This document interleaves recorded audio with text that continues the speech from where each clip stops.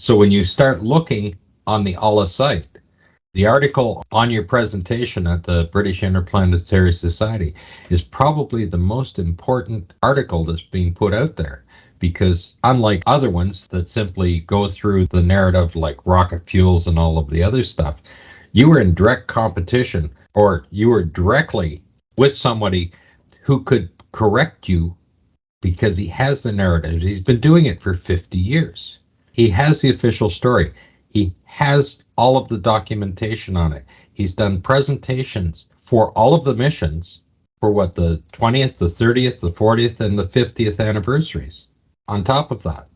So I don't think anybody that's working at NASA could even compare to the knowledge that he has on the Apollo missions. So without any further delay, I'm going to turn my microphone off and just let you have the floor. Well, thank you very much, Scott. I appreciate your knowledgeable introduction to the British Interplanetary Society, of which I am a member. Now, as you said, the British Interplanetary Society was founded in Liverpool in 1933, so they're in their 90th year, which is quite an achievement in itself. They have their headquarters in London, south of the river, at a location called Vauxhall, at what they now have christened the Arthur C. Clarke House, in honor of one of their more prominent members, Arthur C. Clarke, who was the scriptwriter on 2001: A Space Odyssey and a very well-known science fiction writer. Now, I was invited, as you say, to address the British Interplanetary Society about my contention that humans have not landed on the lunar surface, because the British Interplanetary Society is an advocate for space travel. And they support NASA, they supported Apollo. Neil Armstrong was an honorary member. I believe Buzz Aldrin was also an honorary member of the Society. So they are entirely supportive of NASA's narrative. And here was me coming along, trying to, shall we say, shine light onto some of the darker corners of the Apollo missions. That's what I've been doing for a while. I was invited to address the Society. They hold regular meetings in their headquarters, the Arthur C. Clarke House. It's well organized. They have numerous speakers there. So I was one, and it was announced by the British Interplanetary Society that I would be doing this. Well, that ignited a Twitter storm in modern parlance, a real pushback on certain websites which said, why would this honourable society invite somebody like Marcus Allen to address them about Apollo? This is ridiculous. And if they're going to go ahead with it, well, they should at least put up somebody who can refute what he has to say so that we get the truth of it. That was their approach. So I thought, okay, I'll go along with this, and invited my refuter, as you say, Jerry Stone, who's a fellow of the British Interplanetary Society, been a long-time member, and he speaks regularly about Apollo. So he was the obvious person to choose as somebody who would be able to refute what I said. His knowledge would be extensive, and so anything I claimed that was incorrect would be immediately corrected. I would be exposed as a charlatan and expelled from polite society. Well, that was the proposal. Now, this caused the British Interplanetary Society a certain amount of anguish, because they didn't intend there to be any controversy about it. I was just to present information so that they could discuss it and refute it where appropriate. So I thought, okay, well, one way to do this would be to have a private meeting with Jerry Stone and show him everything that I intended to use during my presentation, all the photographs, they're all on my computer, so he could see what I was going to be talking about, and he could prepare notes, and he could address any inadequacies in my story. So we met in a coffee shop in London. I showed him over 2 hours every photograph I was going to be using, explained why I was using them, explained what the problems were with the photographs. It was a fairly comprehensive view, in my experience. I had nothing to hide. I wasn't going to spring on him any photographs I hadn't already shown him. So I could be refuted with confidence, if that was the intention.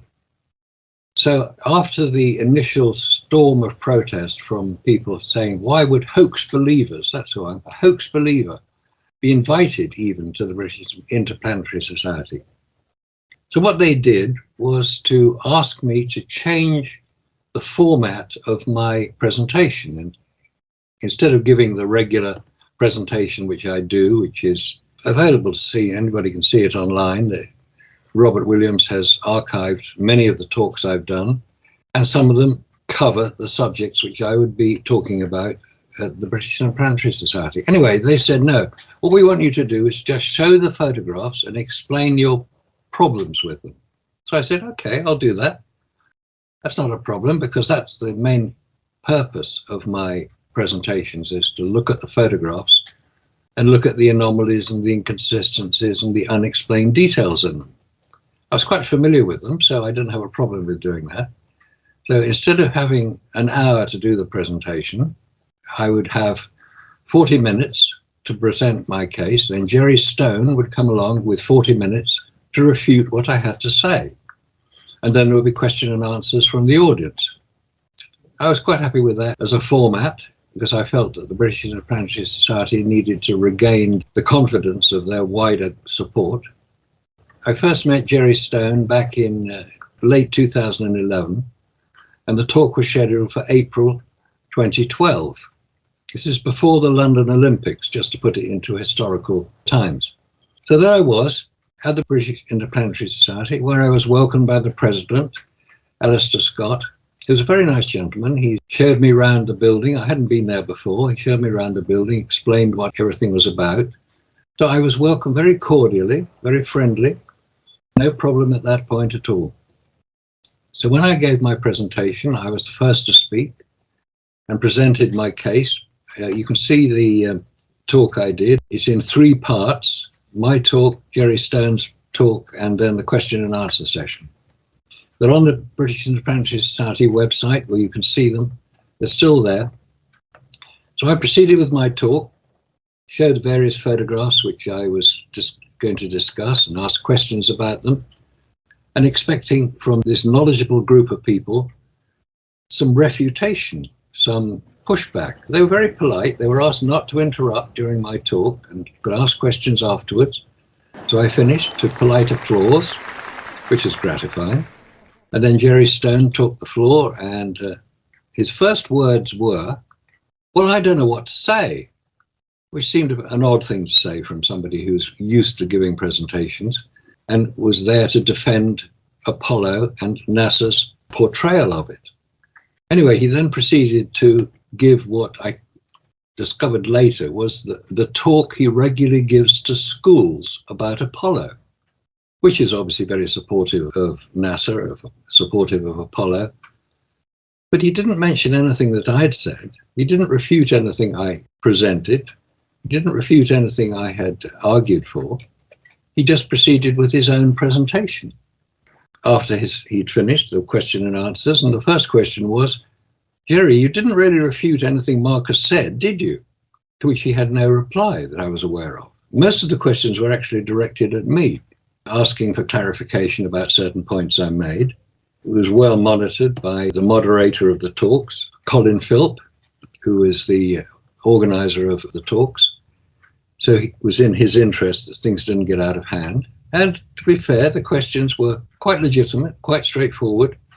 People who had experience of working for NASA. Now, one of the questions came from the editor of the British Interplanetary Society House Journal, Spaceflight magazine. And that editor was David Baker, who is well known for having worked for NASA. He's British, but he worked for NASA during the 60s, early 70s. He worked on many of their programs, so he was somebody who had considerable knowledge of the subject. And he asked me one question. He said, quickly, rather than hogging this, I'd just like to say, Marcus, you said something right at the very beginning. You said, I do not doubt that man landed on the moon. Is that correct? So in fact, you are not advocating that man did not land on the moon, but merely saying that to try to make this a more aesthetically delightful visual epic, some of the photography was hammed up in a studio somewhere. Now my answer to that was, the Apollo record was enhanced. Now bear in mind, this is 2012, this is over 11 years ago. I've subsequently discovered that no human has landed on the moon. Now, I've been taken to task for that reply. Oh, Marcus really believes that man has landed on the moon, so why is he saying they haven't? No, that's not the point. The point is that David Baker is a highly respected editor and author. He's written many books. He's written encyclopedias on the subject of space travel. He knows his subject. You could say I was being British. I was being polite. I was not trying to argue with somebody I do respect for his knowledge and ability to write about space. Maybe I was mistaken. Maybe I should have just come straight out and said, no human has landed on the moon. But I didn't do that. What I have gained over the last 11 years is considerable knowledge and information that nobody has landed on the moon for various reasons, which I didn't go into at the time, partly because the main one I was not even aware of at the time, which is to do with the effect of vacuum on equipment and on humans, let alone the radiation effect of traveling to the moon, which is exposed to all the radiation of space, or the heat generated in the spacecraft by the radiant energy of the sun. Those are the three main reasons I would give now for confirming that humans have not landed on the lunar surface. Anyway, the questions continued. They're quite intelligent questions. Some people who had worked closely with some of the NASA equipment, because I'd made the point that they were all wearing armored gauntlets and operating cameras, which have really quite small control mechanisms. And I said it's inconceivable that under those limitations of use that anybody could operate the photographic equipment which was used on Apollo. There's no dispute about what was used. There were Hasselblad cameras, Mara film cameras, and various other pieces of equipment. So there was a number of questions to do with, well, you could operate quite small objects with the spacesuit gauntlets, which is possibly true if they're not pressurized. Regarding the gloves or the gauntlets, I've actually had the good fortune to try some on. And as a matter of pride, I took it upon myself that I had to be able to thread the smallest nuts and bolts together. And I managed to do an M4 nut and bolt set within probably about a minute. And that was after fiddling around for maybe 5 minutes. Now, if I could do that in such a short space of time, surely the astronauts who would have had a huge amount of practice, they'd have been more than proficient to be able to handle the cameras. If they're not pressurized, but they were pressurized, and they were made of, in effect, armored material to prevent against micrometeorite damage. Because if any of the space equipment had become damaged, it would have seriously threatened the well-being of the astronauts if they had to expose themselves to the vacuum of space and all the other problems that we know about when traveling in space. So anyway, question and answers came on. Jerry was asked a few questions. What I haven't mentioned is one of the things that Jerry did, and this is contained in the write-up on the Owlis website, but it is not contained in the recording of the presentation that Jerry Stone gave, where I was compared to a Holocaust denier, which I took grave exception to, because it is totally untrue, that anybody who denies the truth of the Apollo moon landings is equated with a Holocaust denier. And he showed pictures of Auschwitz, pictures of the Holocaust that the Jewish race had to endure during World War II. It was totally uncalled for, totally unnecessary. It didn't even illustrate the point he was trying to make, is that anybody who questions Apollo is obviously a complete idiot and is not in charge of his mental capacities. The question and answer session went on for about the same length as the combined presentations that myself and Jerry made, about an hour and a half, which is considerably longer than anybody had expected. There was considerable interest amongst the British Interplanetary Society members to hear what I had to say. Several of them approached me privately after the talk, when we sort of chatted, and said words to the effect, "I think you're right, but I don't dare say it," not to other members.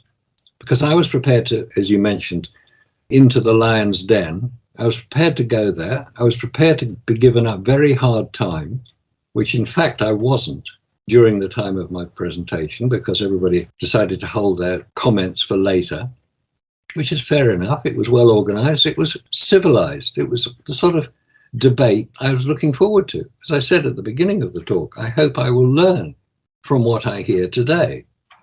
The trouble is, I didn't really learn anything, because Jerry Stone didn't refute what I said. He didn't take any of the photographs I had used and pointed out the errors I made, because I hadn't made any errors. And the members afterwards basically considered that I was quite correct for me to be there to present it. If I was wrong, obviously they would know I was wrong and could point out the errors. But they didn't. They just repeated a lot of NASA's propaganda, which is that we landed humans on the moon.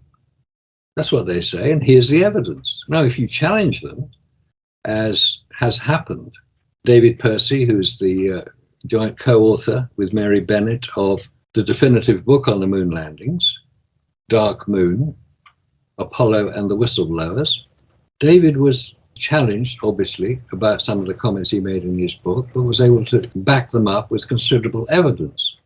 The idea that he could be wrong, I could be wrong, obviously exists, but there has to be proof of it. Personal attacks are no way to refute somebody's strongly held and eloquently described opinions, as David and Mary have done in their book, and as I hope I did during my presentation. I was very nervous about doing it. Obviously, I was fully aware of the support that the British Interplanetary Society offered to NASA, and I hoped I wasn't defaming their long-held reputation for support of space travel. They're an advocacy group for space travel.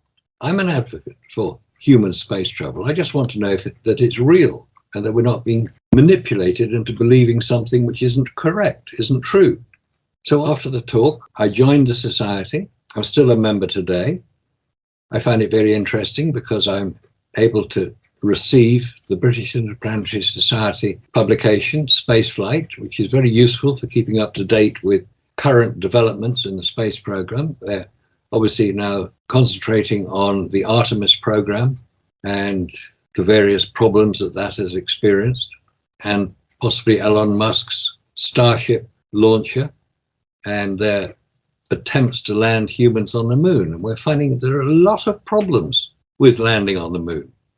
Because if NASA believed their story of what they did back in the 60s and early 70s of landing 12 humans on the lunar surface on 6 missions, 9 missions in total, launching their Saturn V rocket to orbit the moon on Apollo 8, 10, and 13, but landing the other ones, they don't want people to question it. Now, when David Percy was filming his definitive DVD, What Happened on the Moon, he interviewed NASA. Well, he interviewed their media spokesman, Brian Welch, it was at the time. And he was asked to explain certain anomalies in the photographs. And his reply, and presumably supported by the NASA High Command, was, I'll be honest with you, I think that's pseudo-scientific, nitpicky claptrap. Which is not a very, very sensible reply. If you're asked a question by a serious filmmaker, which David Percy is, you would expect a serious answer. It didn't happen. It's almost as if NASA have something to hide. Well, I think they do, but we're beginning to find out what it is.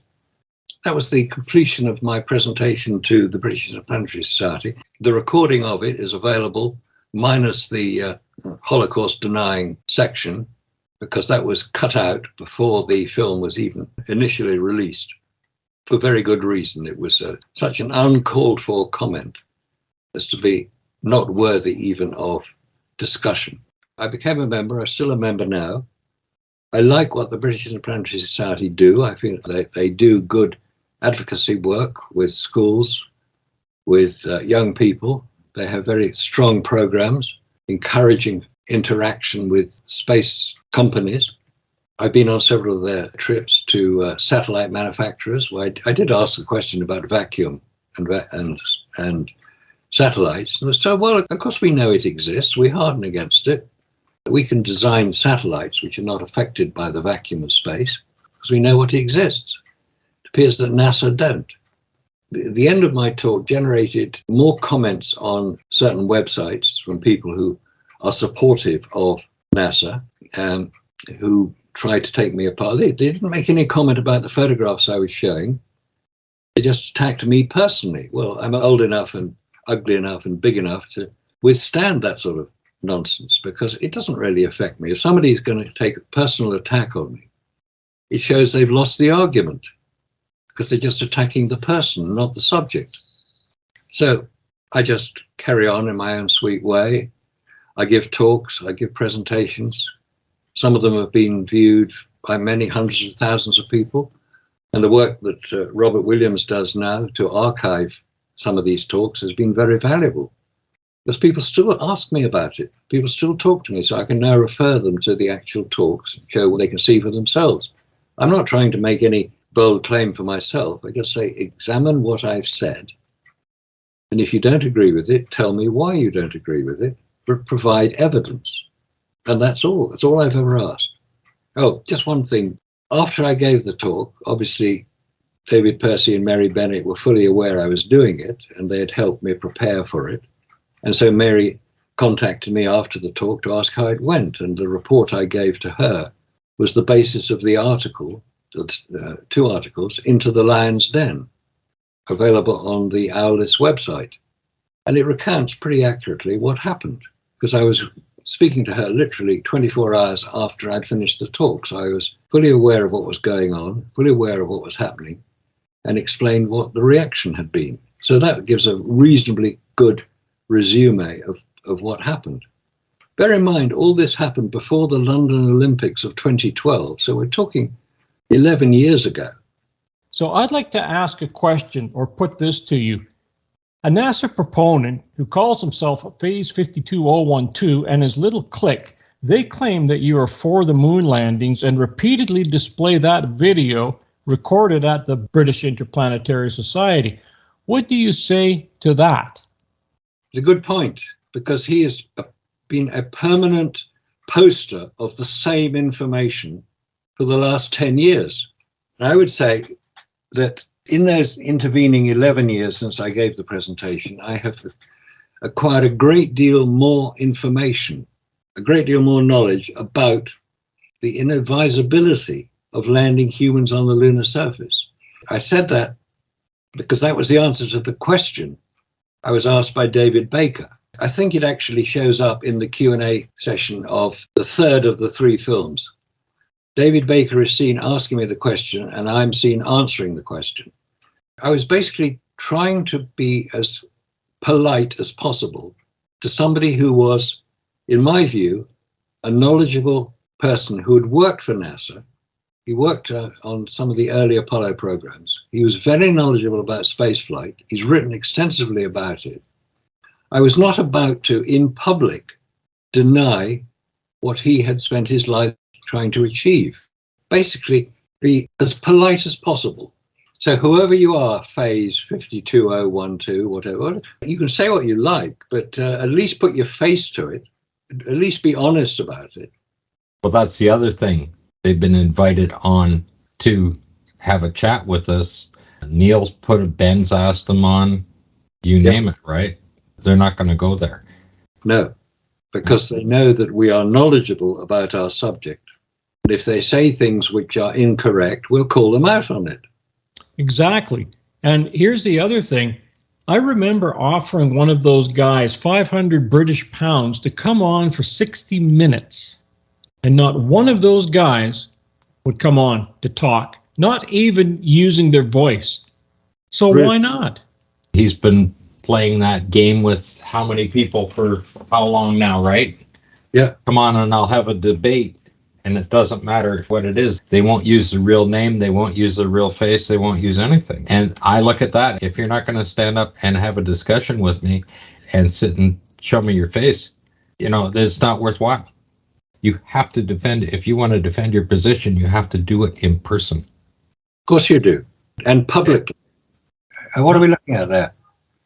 That's the back of the rover. So he's kneeling on the seat and looking backwards. But there's 2 guys on there, one behind the other. They're facing backwards on the rover, I mean, that guy doesn't have that large of a backpack on him. See what you mean? Yep. Do you have the other photograph of the rover without the guys on it? Just to show what the equipment is that's actually on the machine. That's how high the equipment is on the machine. So you see what he's got for a backpack on there when he's sideways? It's quite large, that backpack. It's quite large. But when you look at the other photograph, there's no way that backpack, because he's now facing the camera, could be that large. There's got to be two guys on there. Well, who took the picture? Well, it's a Hasselblad. It's a Hasselblad picture. It's got the crosshairs on it. It's a Hasselblad photograph, and there's got to be two guys on there. That's very interesting. Wow. Because that's one of those things that shouldn't be. What? Like I said, bunch of guys messing around on equipment all the time, out ripping it up. Look at the tracks they're making all over the place, just tearing the place up, right? I still find that amusing when Jerry Stone gives his presentation on the rover, and he goes through the official story of the rover and the damage that occurred to it when it arrived, and that the one battery pack didn't work, so it only had two-wheel drive, and then the steering didn't work, so it only had rear-wheel steering. And if you look to see what it takes to lock the front tires straight, basically you got to tip the rover up on its side or lift it up and get underneath to lock it out. There's a pin lock, so you can have four-wheel steering or two-wheel steering for either end, right? But you have to get under there to do it. So he goes through all of that, and then he said, well, they just parked it in the shade and then everything was working again. Like the British Interplanetary Society takes imagination and makes it reality, but they do it through conversation. It's called consensus viewpoints, because people have to agree with that viewpoint. And Jerry Stone is recognized as an expert on Apollo. Well, he is on the official story. Yeah, because you won't find anybody that has more knowledge on all of the missions, including Apollo 13, because he does presentations on all of them. And he's had that information from NASA long before it was ever published to the general public. He's had all that details. He's had the transcripts, everything, and he's read them and he's studied them. And his knowledge of the official story that NASA wants to present is unsurpassed by anybody else. There isn't anybody alive out there that can go through the official story. And I do mean the official story. And you were up against somebody that if they could have refuted anything you were to say, he was the man to do it. Oh, yeah, he was. Oh, here's something I wanted to point out to you. That's supposed to be the TV camera, isn't it, that one? That's the TV camera. How come it's got manual controls on it? I don't know. I wouldn't have thought it would have manual controls. This camera's supposed to be remotely operated from Houston. How the hell are you going to focus this thing? If it's manually operated, how can anybody operate it remotely? You need a monitor to see what you're doing, first of all. You would, yep. Because you've got pan and tilt. I mean, that's what we saw on Apollo 17 liftoff. The camera panned upwards to follow the craft. We actually know who it was in Houston who was operating it. Okay, for you to operate these two controls right here, you then need a monitor on the rover. There it is. It's an aperture and zoom. So it's a manual control. And it's manual. Yeah, those are manual. So where's the TV monitor so that they can see what they're doing? Oh, they don't need that because they got magic eyesight. Oh, they just talked to Houston? It should be in the transcript when they're talking about a on focus yet. Because they're going to have to focus this thing for Houston. Well, it's the same way the Hasselblad cameras have got manual focus and manual aperture on the Hasselblad camera to see what you've got. You can't even see where you're pointing it. So all they can do at Houston is pan it and tilt it, and the astronauts have to set the focus and the aperture because there's no motor on that. That is crazy. If you're going to set the focus, you've got to see what you've done. Is it correct? Is the focus correct? Because some of the TV images are showing quite close-up images. Yeah, those are full manual slides, and there's no electronics built in here anywhere to No, they show the camera, they show the controls, and they show the numbers, and they have everything on it. They show a close-up of the camera so you can see what those slide controls do. But you have to manually focus it or adjust that aperture, and that's what those two handles are for. Funny little things you find, eh? Every time you look at the photographs. Photographs. Photographs. Photographs. Photographs. Photographs.